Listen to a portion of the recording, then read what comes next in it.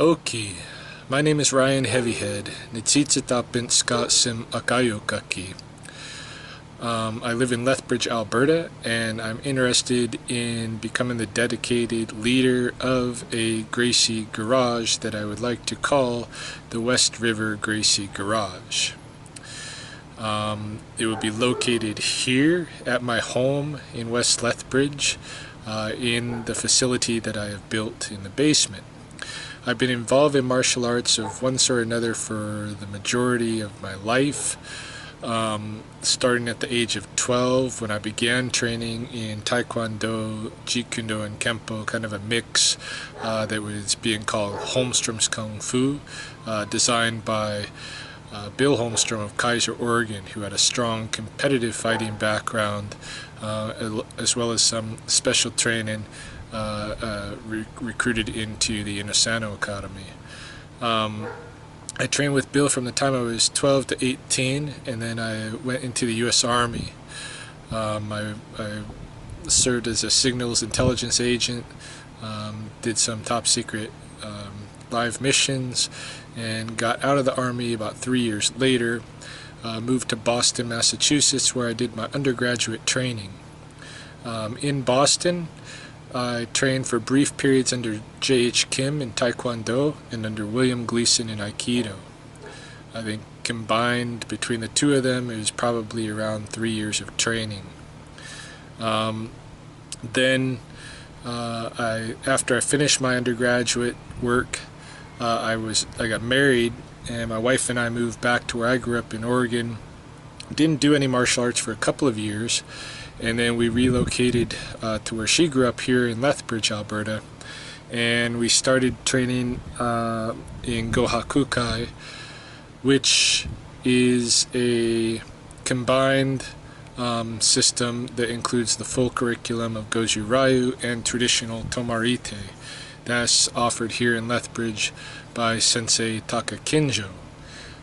We trained with Sensei Kinjo for about 3 years, and then we took a break from martial arts that was pretty extensive. It was about maybe an 8-year break.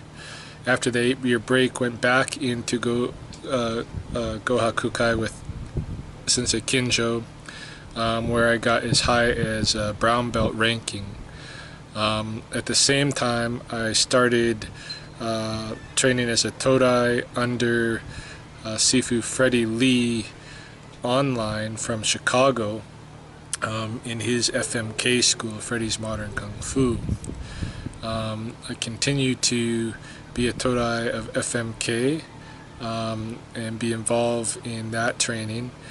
More recently, I also signed up as a student of Gracie University online and began training the Gracie combatives with some of my in-laws. I'm having difficulty finding training partners that are regular and advancing through the Gracie combatives curriculum. And so this is part of what motivates me to want to facilitate a Gracie garage in my home. I do have a training facility that I've built here that's pretty decent. You're going to see it in a minute. My interest in training grappling is basically because it's a range. The ground grappling, jiu-jitsu, even the standing grappling, judo, all of this stuff is a range that I never really was trained in any of the other martial arts. I think Aikido maybe came closest, but it's way different. One of the things that I recognize is that in my lifetime the martial arts has changed significantly and become much more efficient. There's a much better knowledge of what really is functional in combat situations and what isn't.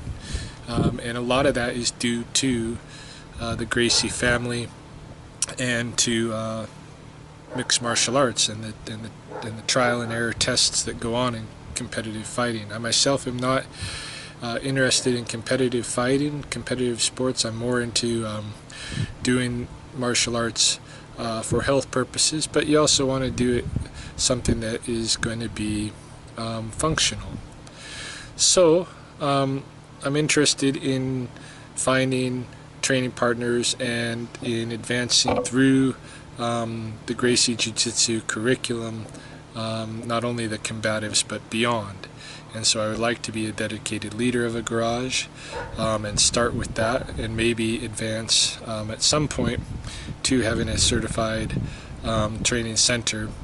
One of my friends and I have been discussing opening up our own martial arts school, and becoming a certified training center would be something that maybe down the road we'd be interested in. Okay, so let's get down to the other requirements of this video. I'm going to go down to the sidewalk here and show a 360-degree look at where we're at. This is basically just a suburb called Riverstone in Lethbridge, Alberta. And I'm not on a main street, so it's kind of quiet here. It's a nice neighborhood. We moved here when my daughter started high school, basically so that she could be in a nice neighborhood. I rent this house. I have a screen on my front door because I have birds, and I don't want my birds, they're free in the house. I don't want them getting out when people come and go.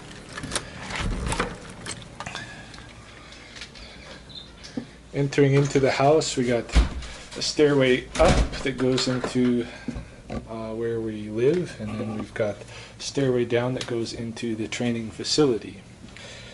And so we'll go down this way. So this is it, the training facility. I got a second room here where there's some fitness equipment as well, but the main room where we would be doing the jiu-jitsu training would be here. This area is just about 14 by 14 feet, so it's well over the requisite 100 square feet. The mats that I have been practicing the combatives with partners on these mats, and they work well. However, I do want to upgrade in the not very distant future to a better style of mat, and these ones will end up going with some plywood on the walls so that we'll have the ability to do some wall work. Of course, you know, these bags and stuff come down, so there's not going to be any obstacles in the way to the ground training here. I also have several different training dummies that we could use if necessary, and I have been using because I can't find enough training partners dedicated. Here is the image of Mr. Helio Gracie, along with other inspirational figures in martial arts and in my life. And yeah, this is the facility. I hope that it's adequate and that I will be approved here to have this space dedicated as a Gracie garage, that people who are in the Lethbridge area who want to be engaged in the Gracie Academy training can come in and practice here. Oh, I should point out, I do have a laptop here where we can work off of Gracie University online. So that's it, and thanks for listening. Alright, with that done, I just wanted to show some of the upgrades that I made over the last couple of days. I've had some days off from, I took some annual leave, be home for a little bit, and so I've changed things around down here a bit. With the interest in facilitating the Gracie garage, or drawing in some jiu-jitsu training partners, and the requisite that there be an image of Helio Gracie, I've set up for that. I don't really like this is the official image, and I don't know if even that's going to pass, because this is not a poster. Like, they want you to have the official Helio Gracie poster of this image, and you know, I just didn't order it. I guess it's like $20 or something, 20 or 30 bucks online, and if I have to, I'll order it, but I'm going to see if this works by itself. But actually, this is not the image that I want to really have up here. I've got another image hidden behind it that I'm going to actually use here on the day-to-day, that I think it's a nicer image personally. It's that one. Same guy, Helio Gracie. So since I was putting up his image, I thought I'd put up some other images. Of course, I got Freddie Lee and Qigong here. Sifu Freddie is an inspiration for the daily training and the recording of the kind of incremental development, the documentation of the incremental development over time. Here I have an image that for me just evokes corvids, the birds' corvids, which are magpies, crows, ravens, jays, and they really inspire me in their keen awareness and intelligence, mostly in their hyper awareness. Anything that's going on in their environment they're aware of, and so they're a big inspiration to me. I got David Bell, who is basically responsible for popularizing parkour from France. I have Bernd Heinrich, who is my favorite naturalist writer, biologist, and he also runs ultramarathons, and he does so utilizing his knowledge of different animal species that are able to do incredible endurance feats similar to ultra marathons, and he kind of gets them in his mind when he's running. But more than that, I really just like his nature writing, his keen observations of nature. So he's a big inspiration for me.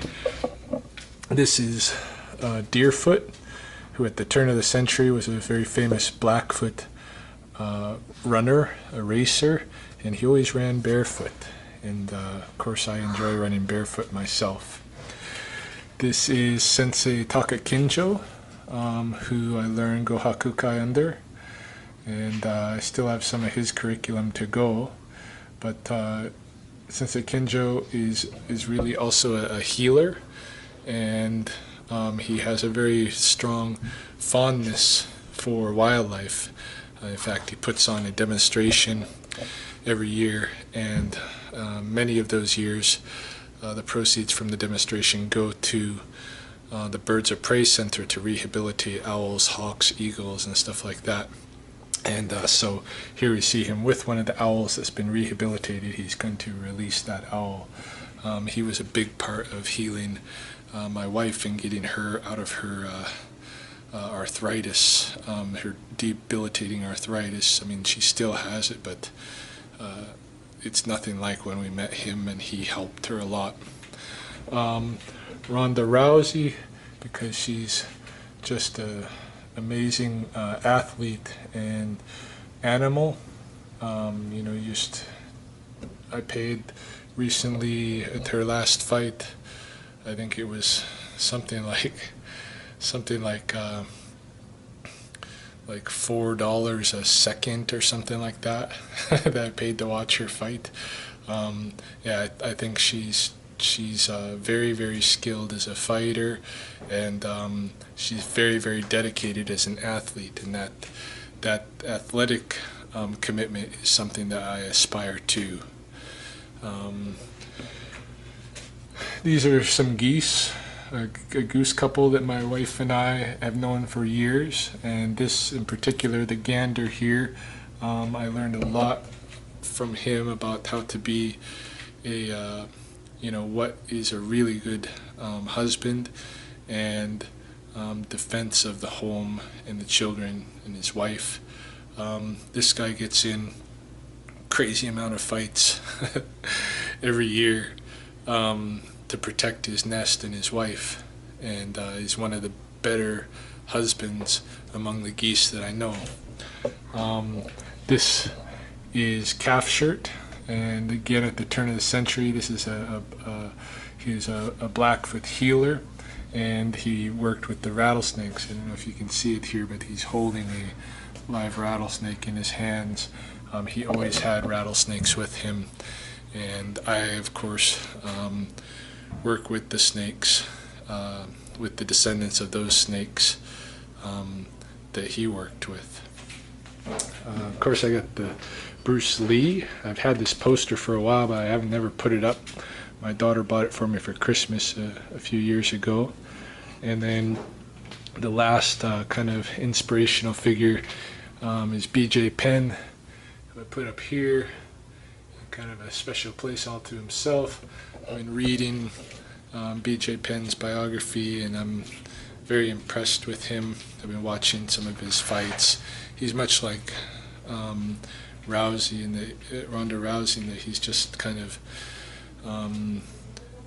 he just embodies you know, the capability of the human animal, and you know, I'm very interested in kind of developing in those kind of potentialities. He was able to successfully fight in several weight classes, and you know, he's somebody who's has indigenous Hawaiian background, and so I can relate to him in his in the way that he relates to his community, and I see that he's not a guy that allows himself to get pushed around. You know, when he was fighting, he was running his own business, and he'd go where, you know, into whatever organization he had to go into to get the fights that he wanted. He didn't let these business industry guys lock him down and push him in various directions. He didn't let his martial arts instructors hold him back from going and learning different styles, even though they wanted him committed to, you know, just their school. These were the kind of things. So I got BJ up as another inspiration, and I may add others, but that's what I have for now. So yeah, I decided to move the pull-up and dip station out here, and to Amazon had sent me actually 2 grappling dummies. One I ordered, it never came. I reported it, they said it got lost, so they sent me another one for free. That was the one that I began using Timothy here for practicing different takedowns. Shortly afterward, the one that I originally ordered showed up, and I reported it to Amazon months ago and kept it in the box, and they never got back to me. So I finally decided, well, I'm going to open it up and put it to work as well. So I've kind of just strapped it to the pull-up and dip station as a basically kind of another heavy bag station to work it. I've organized all the sparring and pad gear over here. I got a couple of new helmets for working with sticks and the knives, although you still can't stab with the knife, or it does go through. You'd have to slash face wise. And got my dumbbells and kettlebells down there, my striking pads up here. I've got some like jump ropes and power twisters and such over here, and then I got a kind of a weapons wall back here now, and then the fitness room. You know, it just taking the big pull-ups and dip station out of here just added a little bit more room, so I could finally, you know, I could set up the sit-up bench nice, and I've got a little bit, you know, just a little bit more of a spacious feeling in here than what I had before. So this is the way it looks now, and it's improving down here. The kind of the atmosphere of the whole place is getting a little better, and I'm enjoying training down here a little bit more, although I still definitely prefer the outside.